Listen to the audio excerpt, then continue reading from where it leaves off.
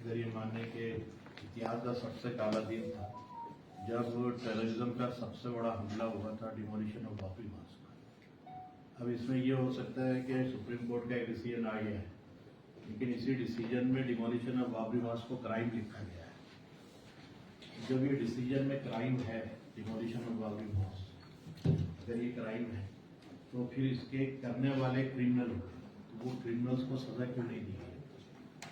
इनपॉइंटली उनके नाम है 62 वन बाय वन नेम लिखे गए हैं। ये 62% are the main culprit of this demolition of Babri Masjid. जब इनके नाम तय है तो फिर इनको गिरफ्तार करके इनको सजा क्यों नहीं दी गई, जबकि सुप्रीम कोर्ट ने इसको क्राइम लिखा है? एक बात। दूसरी बात हम ये कहना चाहते हैं कि 22 दिसंबर 1949 को जब बुत रखे गए मस्जिद में, उस वक्त भी FIR काटी, राम दुबे नाम के एक इंस्पेक्टर ने वो FIR काटी थी। उस FIR का क्या हुआ? उसको भी सुप्रीम कोर्ट ने कहा था कि ये इस तरह से अवैध तरीके से मूर्ति रखना ये भी क्राइम है, वो भी क्राइम है, ये भी क्राइम है। जब ये क्राइम एक्ट आप मान रहे हैं तो उसके खिलाफ में सुप्रीम कोर्ट ने क्या किया या गवर्नमेंट ने इसके ऊपर क्या एक्शन लिया, ये हम जानना चाहते हैं। थर्ड वन, इसी डिसीजन के अंदर वर्शिप प्लेसेस एक्ट 1991 का उल्लेख किया गया है। 5 पन्ने उस पर लिखे गए, 1500 तकरीबन 11,000 पेजेस की डिसीजन में 5 पन्ने इस एक्ट के ऊपर लिखे गए हैं।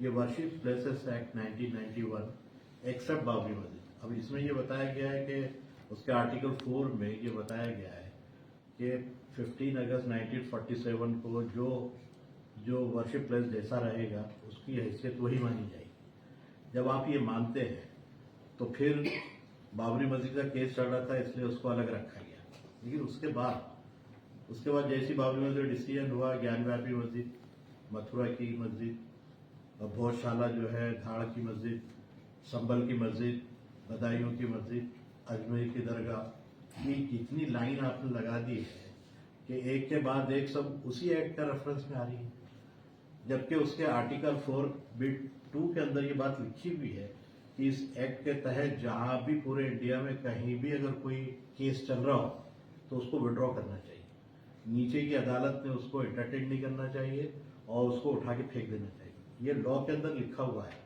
तो ये वर्शिप प्लेसेस एक्ट 1991 ये काहे के लिए है? आपने जब चंद्रचूड़ साहब ने जब इंटरप्रिटेशन किया इस लॉ का, ज्ञानव्यापी मस्जिद के मामले में उन्होंने एक डिसीजन दिया, तो वो गलत इंटरप्रिटेशन हर मस्जिद के लिए लागू हो रहा है। अब यहाँ की जामा मस्जिद को कल बोल देगा कोई इसके नीचे पुल है। अभी आपको पता है कि नई पार्लियामेंट बनी, उसमें 6 मस्जिदें हैं, खोदने देंगे वो निगम? 6 मस्जिदें पार्लियामेंट के नीचे गई, तो क्या खोदने देंगे उसको? अभी जो सुप्रीम कोर्ट जहाँ पे खड़ा है उसके नीचे एक मंदिर होने का है, तो क्या उसको मालूम करने के लिए सुप्रीम कोर्ट खोद देंगे?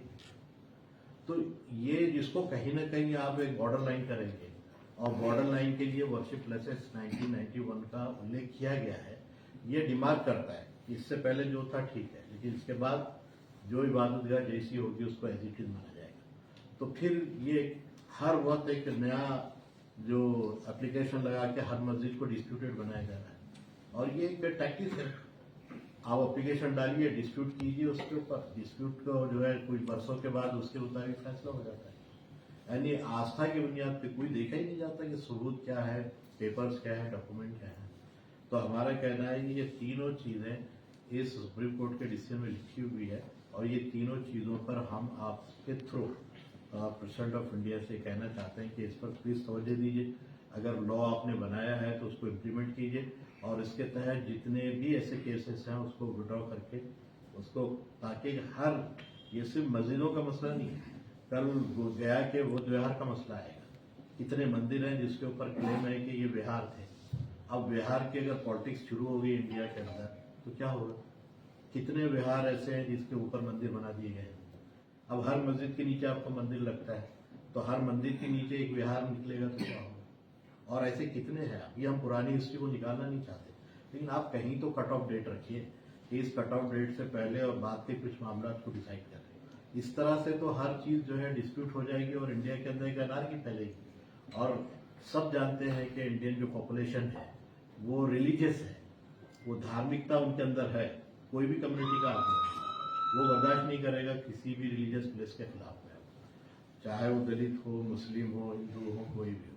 तो ये विचारधारा जो टकराव पैदा कर रही है, कहीं इसको लगाम मिलनी चाहिए। अगर ये नहीं मिलेगी तो इंडिया के अंदर हम ऐसा समझते हैं कि एक एनआरकी फैलेगी और ये एनआरकी इंडिया के लिए नुकसान के सिवा कुछ नहीं होगा। तो ये आपके थ्रू हम ये निवेदन देना चाहते हैं और रिक्वेस्ट करना चाहते हैं कि ये हमारी बातें गवर्नमेंट ऑफ इंडिया तक पहुंचे और क्या जवाब आता है प्लीज हमको कम्युनिकेट करना चाहिए। Thank you. आइए सर।